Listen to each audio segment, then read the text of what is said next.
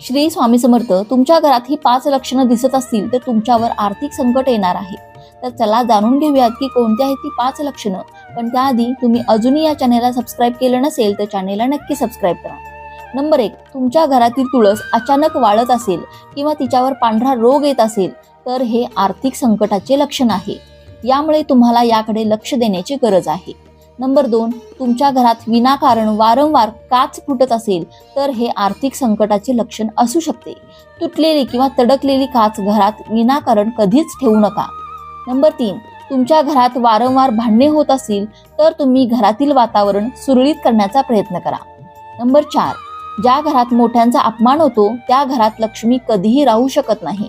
ज्येष्ठांचा अपमान केल्याने तुमच्या घरची परिस्थिती बिघडू शकते.